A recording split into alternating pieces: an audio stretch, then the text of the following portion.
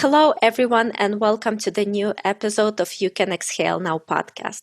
Today, I am hosting Rabbi Shlomo Slatkin, who, together with his wife, has a marriage counseling therapy, and they are using a pretty interesting approach to marriage counseling.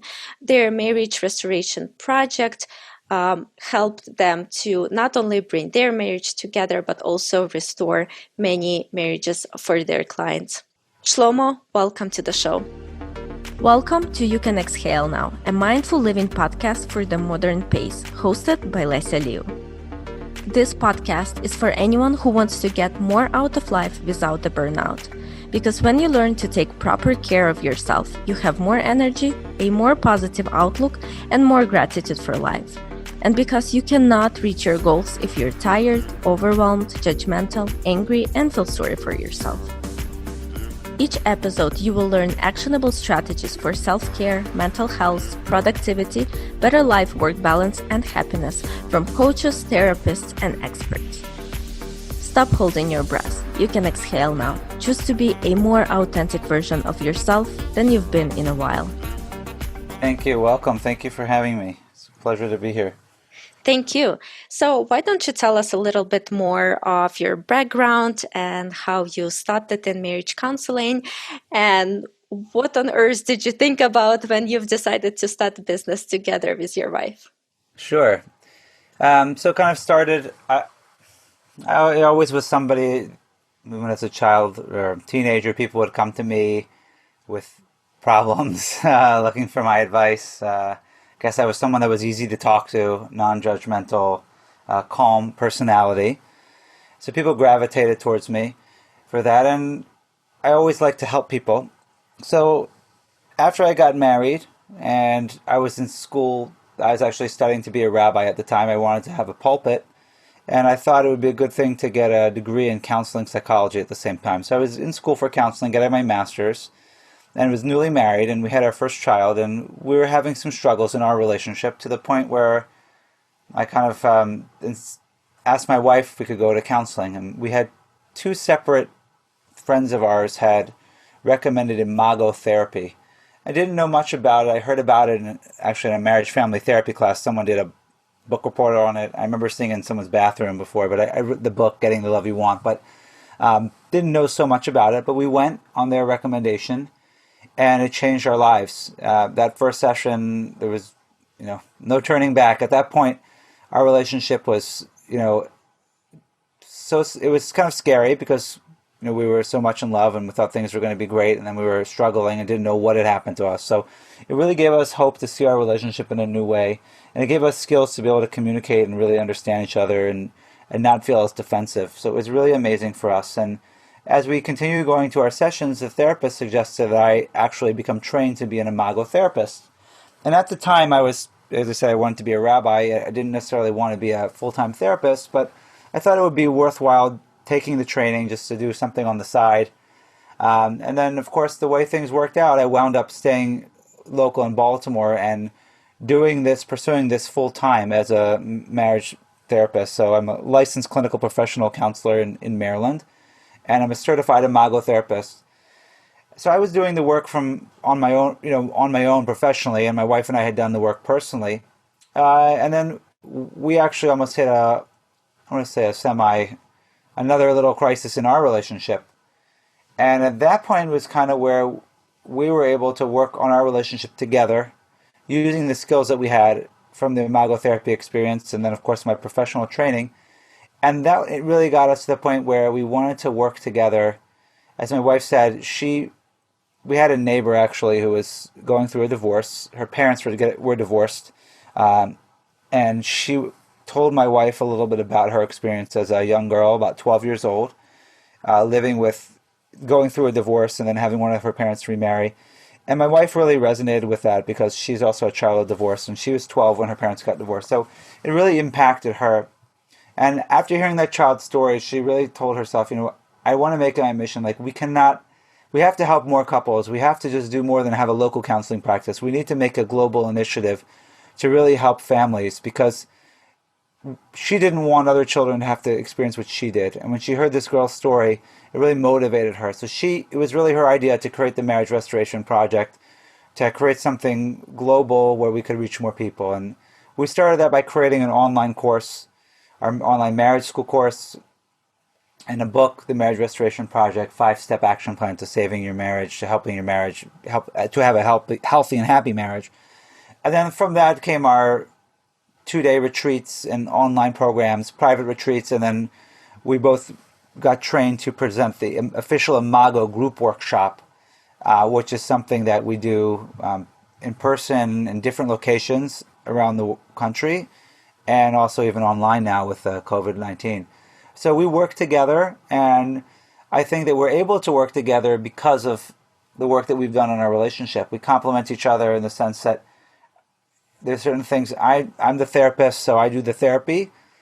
She helps present with me, and we also can show couples that this is normal and the struggles they're going through, that this is real, and that we're doing the same things they're doing to work on their relationship. And she's also very good at marketing. So she does a lot of the marketing website aspect of the business, and I'm more hands-on in terms of working with the couples to help them.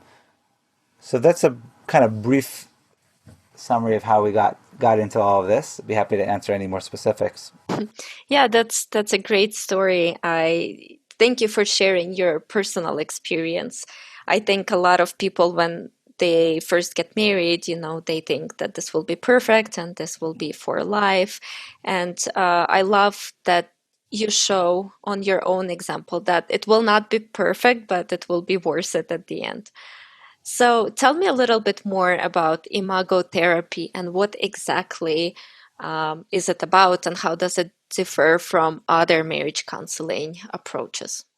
Sure. So Imago Therapy, I would say, and I would say this when I'm teaching other clinicians in terms of giving them an intro to Imago and continuing education class, that Imago is unique in two ways. It provides a comprehensive understanding of why couples choose each other, why couples experience conflict, and what you can do to get to improve your relationship and reconnect and heal. And it also gives you really specific skills. So it's not just coming into the counseling office and just talking to the therapist. It really gives you specific skills that you can apply. And I like both of those because you need to have the theory and the understanding of your relationship, how to conceptualize it, because that makes sense of everything. And it gives you the hope that things can be better. It helps you really understand kind of on a meta level, like what's really going on in your relationship, because it's very easy to get caught up in the details and the fights, and we're fighting about these little things, and why is it so important, and why can't we get beyond this? So you see the big picture, why you're dealing with the issues you're dealing with, and then you're given practical skills. So just to kind of backtrack on that, to explain that and kind of what you said about couples thinking things are going to be perfect, that Imago Therapy believes means image, and the idea is that we have an unconscious idea of an image of who we want to marry, and that person is a composite of the positive and negative characteristics of our primary caretaker. So basically, marriage is the unfinished business of childhood. We are looking unconsciously to recreate our childhood. We are attracted specifically to somebody. I mean, obviously consciously we're not, but on a subconscious level, we're attracted to someone who specifically is going to remind us of our parents and our childhood experiences, the good and the not so good. And what happens, the reason this is the case, is that marriage is also for the purpose of growth and healing. It's an opportunity to grow and heal and to get our needs met that we didn't get growing up. So for example, if I felt that my parents didn't really hear me and understand me or validate me as a child, I'm likely to pick someone who's going to have a hard time really listening and validating me. So, of course, if anyone in their right mind, why would you want to repeat that? So the trick is that we're not aware of that when we're getting married, when we're meeting each other. Because Imago also explains that there are 3 stages to a relationship. The first stage is what we call the romantic stage. That's when we fall in love. That's when our brain is filled with neurochemicals and serotonin and dopamine, and we're not able to really see the potential issues going forward. And it could be, if we look back now, we could say, you know what, I really did know that, my wife would have a hard time listening to me, but I was too much in love to really notice that, because I just was so convinced I have to marry her, and I was so on a high that I couldn't see the potential problem. So that's the trick that gets us in the door. We fall in love with that person who's going to best facilitate our growth and healing. We make that connection, we get married, we make the commitment, and then all of a sudden, once we get married, all of a sudden the chemicals start wearing off. Not the day after the wedding, but it could be 6 months later or even a little bit longer. And we start realizing, whoa, what did I get myself into? Is this the person who I thought I was marrying? Maybe I made the wrong decision. Maybe I made a mistake. Maybe someone else would be better. Maybe I should have married someone else. And that's the challenge that everyone's facing when they're dealing with marriage conflict and when they're coming to counseling, unless they're a pre-married couple, is that they're in what we call the power struggle. And in that power struggle, we feel disillusioned. We feel almost betrayed. This is not the relationship that I thought I was getting myself into. It's confusing. It's scary. That's where we were when we were in counseling. And the problem is that most people think that this is kind of the death knell for their relationship. That means that their relationship's over. And they have two choices. They can either get divorced, which 50% of couples are doing in the US, or they can stay married but live more like roommates instead of soulmates. They may stay married they may have good reasons to stay together, maybe they have kids, maybe financially it makes more sense, but ultimately they're not connected. And what Imago Therapy shares and adds to the understanding of couples is that this conflict and this power struggle is not the be-all and end-all. It's really a transitory stage that, if we can get conscious, leads us to the true purpose of relationship, which is what we call the conscious marriage. So that we have to start off in the romantic stage to get in the door, to find the person who will help heal us. But then we get into that power struggle, and that power struggle is hurtful because it's familiar. It feels like we're getting re-wounded again, but we're not conscious of it because we're so stuck in the pain we're not aware. But if we do the work, and that's what we do in the Imago Therapy process, to become conscious, to understand, why is this bothering me? How much of this is my wife is not a good listener? How much of it is my wife, and how much of it is my own issue? We say if it's hysterical, it's historical. If it's something that really bothers us, it's coming from a deeper place. And the more we become conscious of that, our spouse no longer becomes our enemy and a villain, but they become our friend again.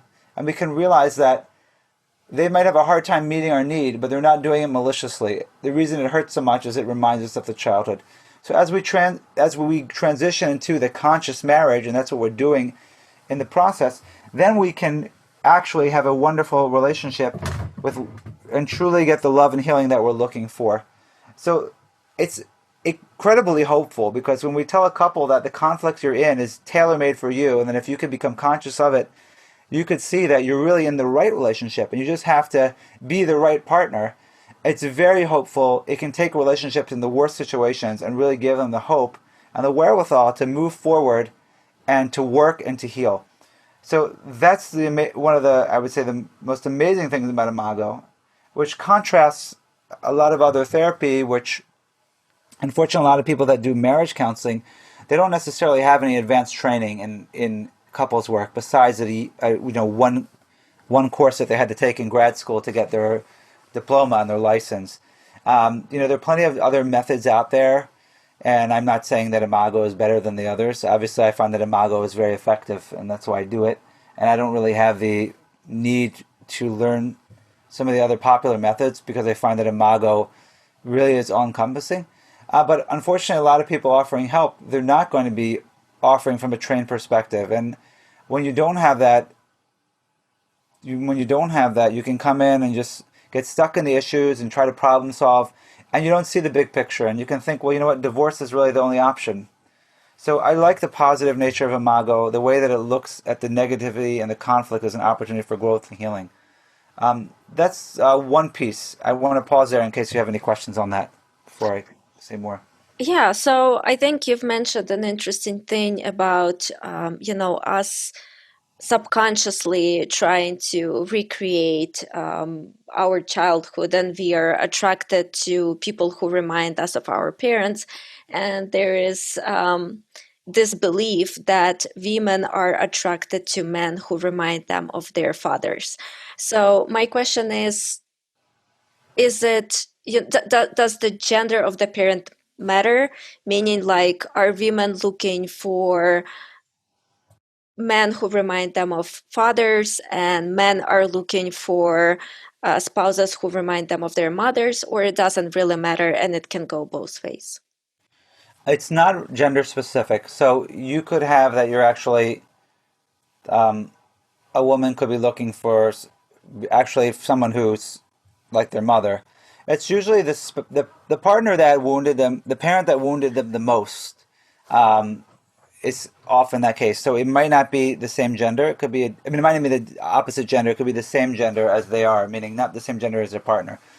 So a woman could be marrying their mother, or it could be a composite, meaning a mix of the characteristics of, your spouse could remind you of some of the negatives of your mother, some of the negatives of your father, and sometimes it could be you had a traumatic experience with someone else who lived with you or played a really primary role in your life growing up, like a grandparent or I mean, I don't think Dr. Harville Hendricks, who founded Imago Therapy, I haven't seen him say anything about this, but I've found that even some people find that almost their siblings, that they're finding somebody who reminds them of their siblings and kind of the tension that they had with their sibling, reminds them of their brother or sister, and that's why it's like so challenging. So it's not gender specific, but it's more that childhood, so I call it trauma, and that sounds like a big word, and it doesn't mean that we think in the sense of trauma, but anything for a child is very impactful. So whatever childhood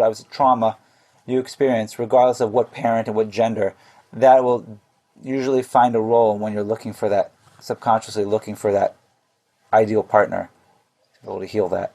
Got it. That's really interesting thought. So it sounds like imago therapy is really about taking responsibility for yourself and your own actions versus trying to find somebody to blame for your childhood traumas.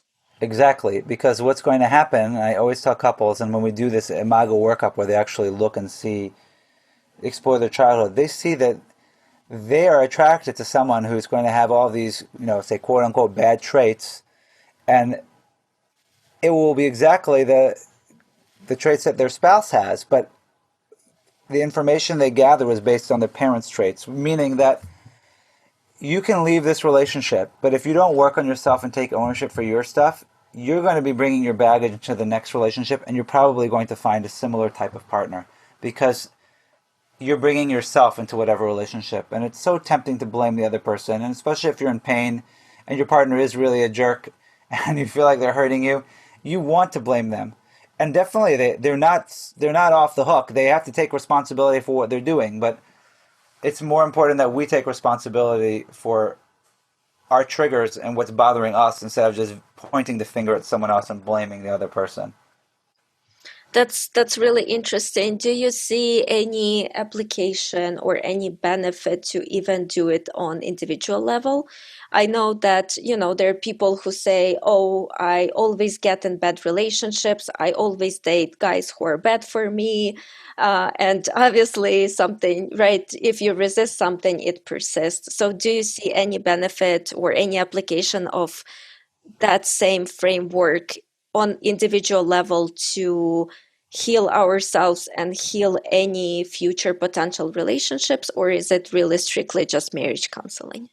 Sure. So that's a good question. Imago does have a program for individuals, and it's called. They have a book. There's a book called "Keeping Love You Find," and even a workshop. And I do work with individuals who are not in a marriage, even they're dating, and we find that basically the difference is as follows. We are wounded in relationship, and the only way to truly heal is in relationship.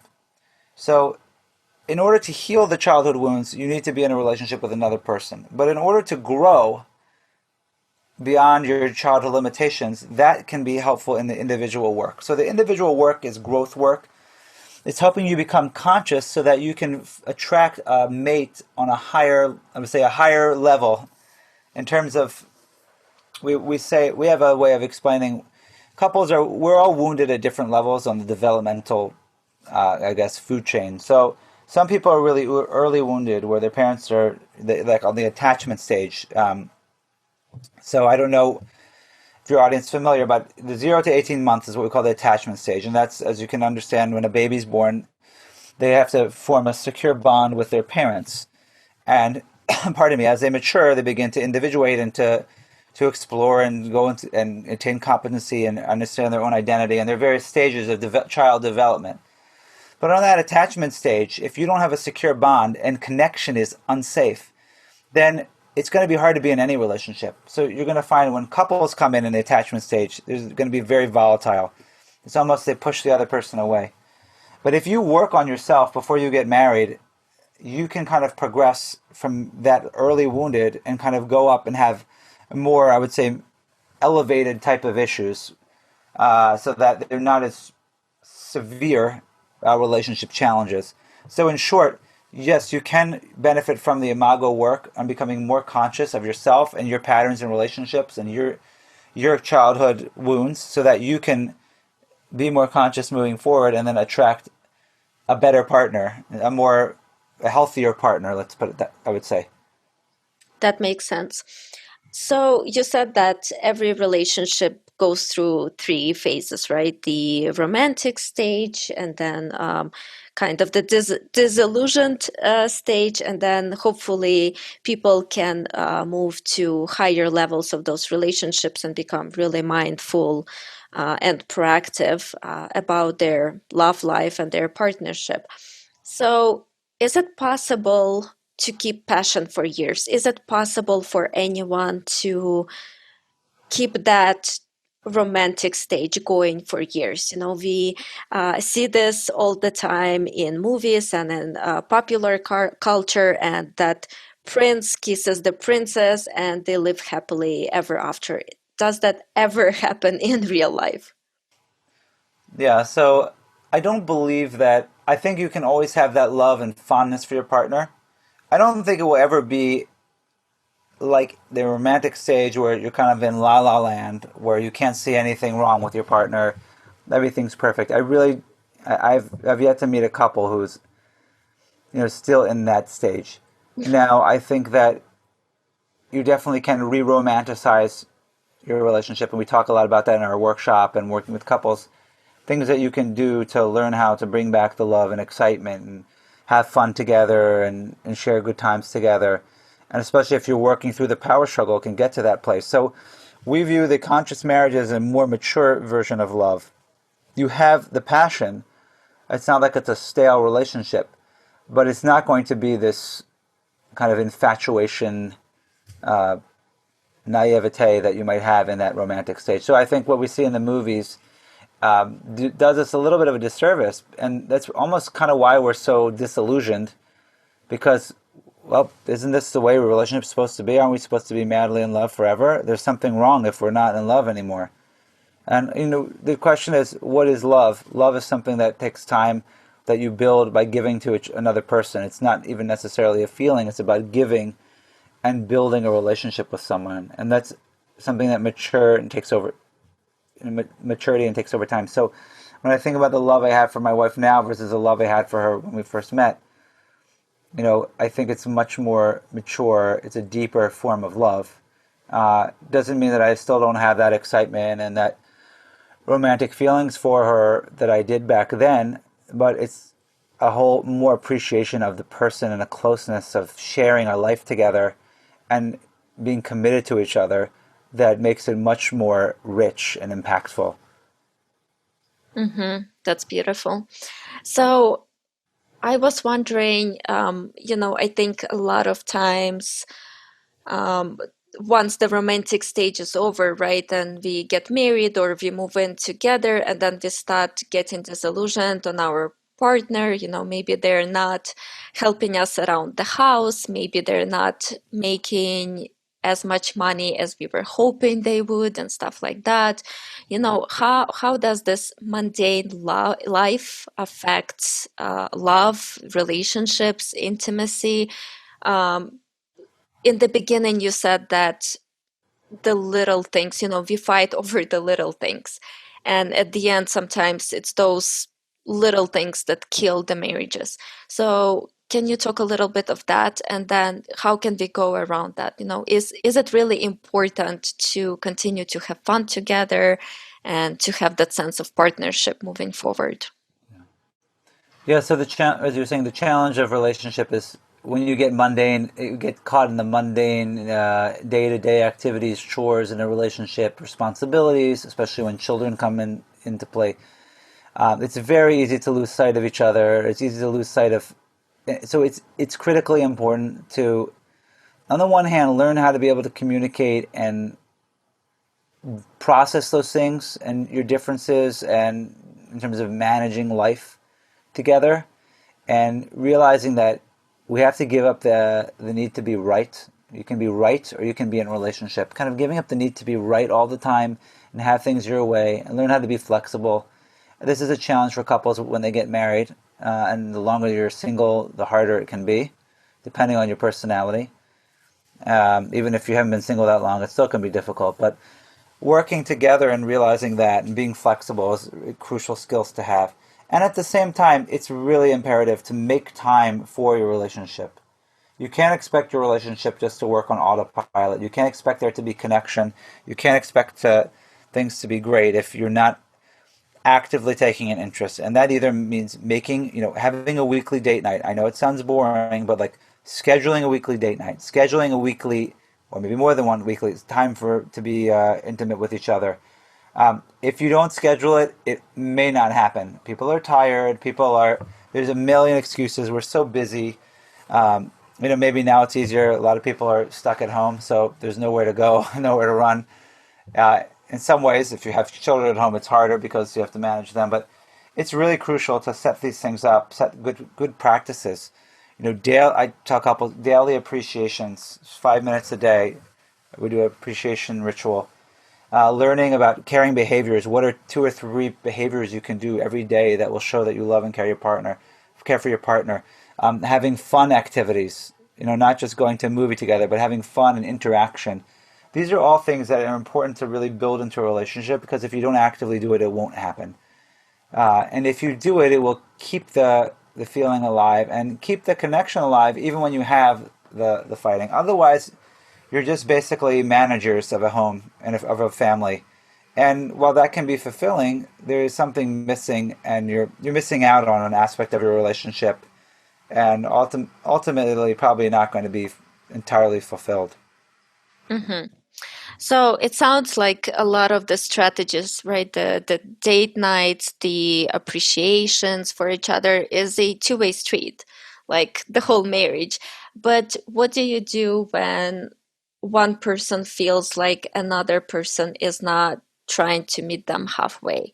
What if one spouse feels like they're still doing all the work even after multiple conversations or multiple fights, but the other person just seems to be unwilling to work on themselves or to get some help, or really unwilling to meet their spouse halfway? Yeah, so the challenge of that is, if one person's doing all the work, they don't feel like their spouse is pulling their weight. Sometimes we find it's just about learning how to do the work on your own in the right way. So even if you feel like you're doing everything, if you're not, there are things that you can learn about how you're doing things and how you might be provoking your partner.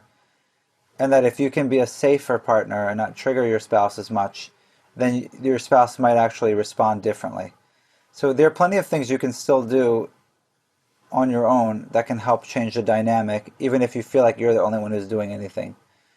And then, if all else fails, sometimes you really need to get professional help. And it doesn't mean you have a major problem, but, there's a Talmudic saying that, a person can't get themselves out of jail. A person can't heal them.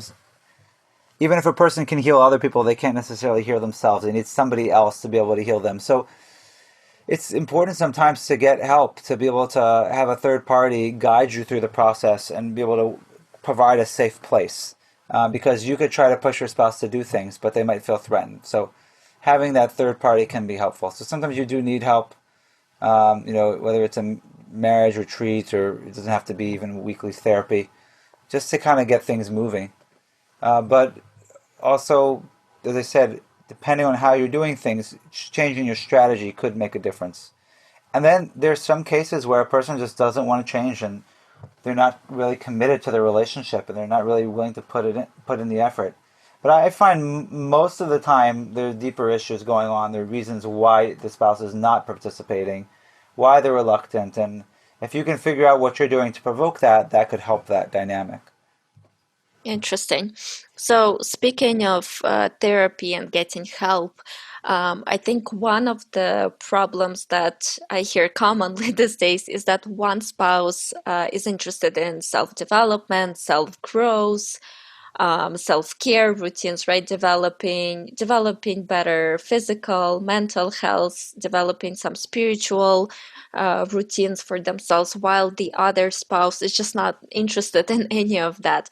And so what's common a common occurrence these days is that one spouse thinks that they're like more enlightened than the other spouse, and they feel like they are outgrowing their spouse because they don't feel that they can connect on the deeper level about those interests, self-development, and stuff like that. So, what do you recommend if people find themselves in a situation like that?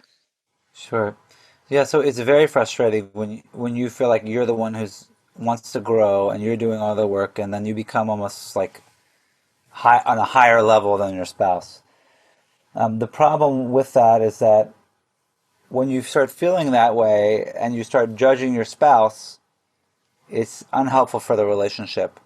And unfortunately, a lot of these scenarios lead to I guess people feel that, well, I'm just, they're not on my level and I really can't be married to this person.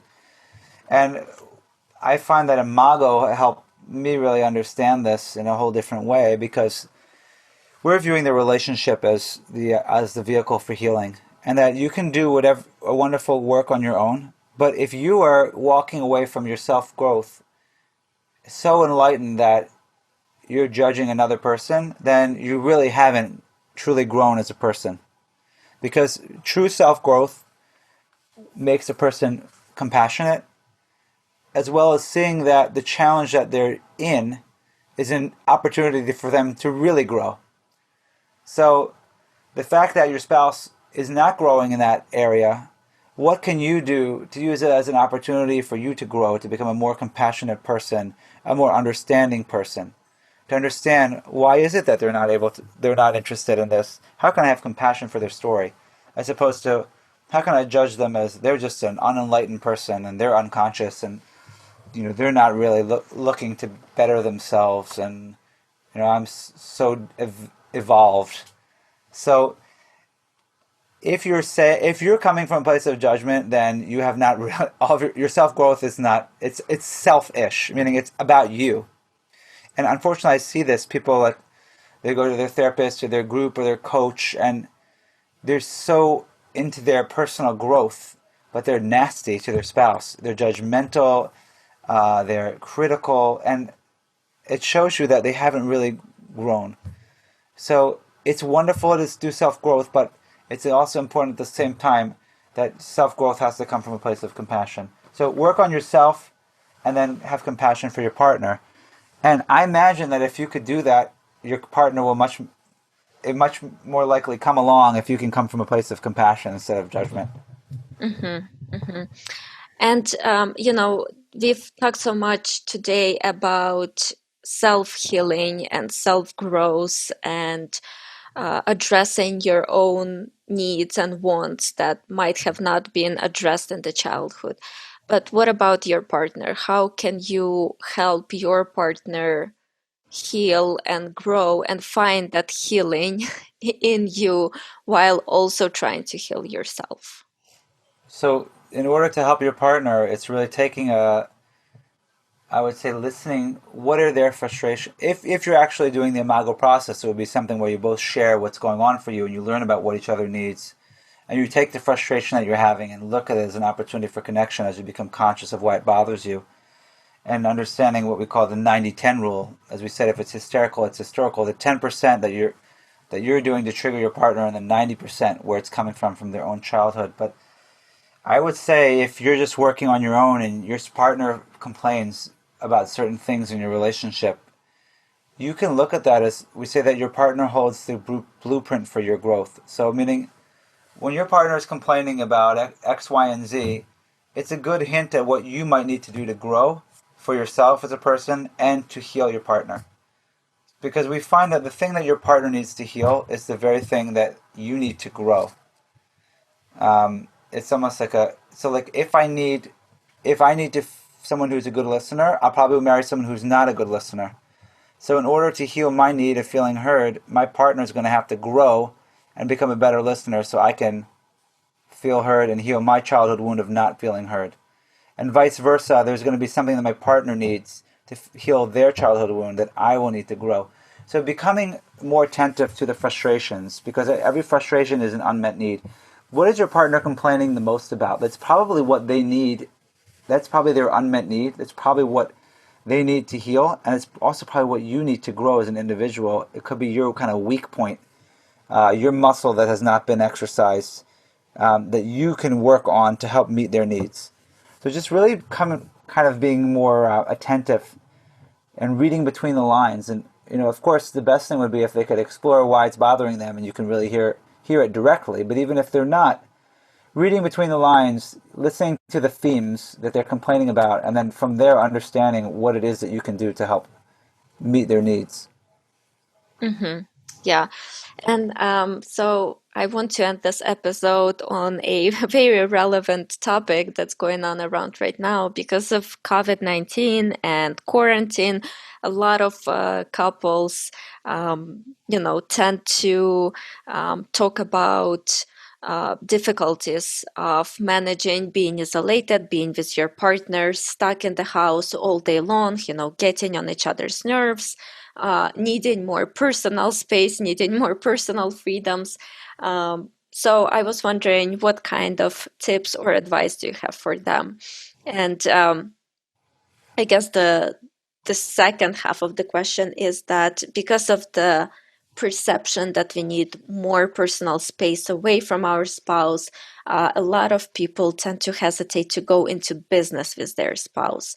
So again, what kind of tips and knowledge can you share with them to help them go through this time of being stuck at home 24/7 together, and if they are thinking about starting a business together, again, that fear of being together 24/7 coming up? Sure. So it's interesting. It's easier for my wife and I being quarantined because we're used to being around each other a lot because we work together. So having a good relationship and being able to communicate and to understand each other's strengths and weaknesses, of course, that's helpful in terms of getting along and especially working together. If you have a hard time doing that and you don't have the relationship skills, it will be hard to work together. So it's important to work on that first. That's kind of answering the second part of the question, but answering the first part of the question in terms of what do you do being quarantined. So part of being in a relationship is, setting healthy boundaries and speaking up for what you need in a safe and connected way. So maybe saying, you know what, I'm having a really hard time right now. I've been with the kids all day with homeschool. I really need to take a shower, or I need a half an hour to go scroll on Facebook or lie in my bed. Asking for what you need and almost like having a discussion, like what can we do to support each other? What can we do to provide time during the day that everybody has that time to recharge? Because you can't be with each other 24/7 without taking breaks. You're going to need time for yourself, and that's okay. So being able to articulate what you need, share what you're feeling when you're feeling stressed, when you're feeling overwhelmed, when you need to take a moment to go outside, especially if you have kids, figuring out how to support each other and juggling that and taking over for each other at different times. These are all important ways to balance everyone's needs. And then, of course, it's also important to have fun time together, even when you're quarantined at home. So all those positive behaviors we talked about earlier, incorporating those at home so that it's not just managing or stuck together, but you can actually take advantage of this time. It's a great opportunity. And to see the silver lining in all of this, that it can really make your relationship much stronger because you have nowhere to run. And you're almost forced to deal with each other. So that couples that have a good relationship are able to weather this much better than couples who have a struggling relationship. This brings out everything and heightens it more. So if you can take the time to devote your relationship during this quarantine and being able to learn how to communicate, to ask for what you need, to set healthy boundaries, to be respectful, to be flexible, to have compassion for each other, because this is not a normal situation and it's not easy. And people's tempers flare and people are impatient. And just exercising that flexibility and compassion and understanding, it will really help you in your relationship, and it will give you tools that will be valuable for you as we leave this quarantine and go back into, quote unquote, normal life again, and be able to have forever changed relationship in a positive way. I love it.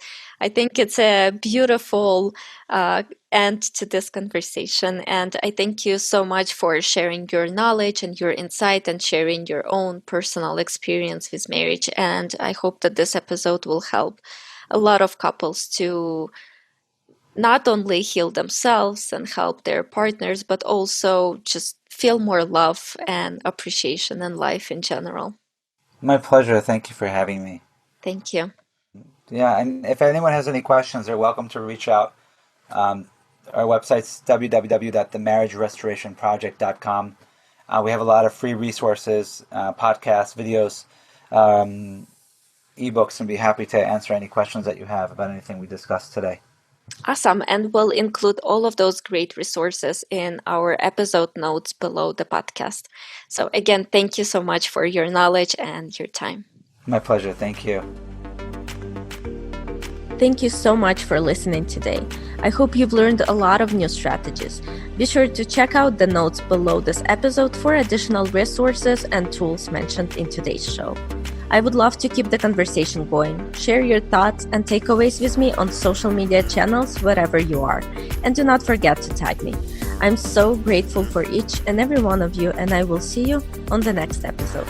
If this podcast has helped you even a little bit, please leave a review and subscribe so that we can help spread the message together.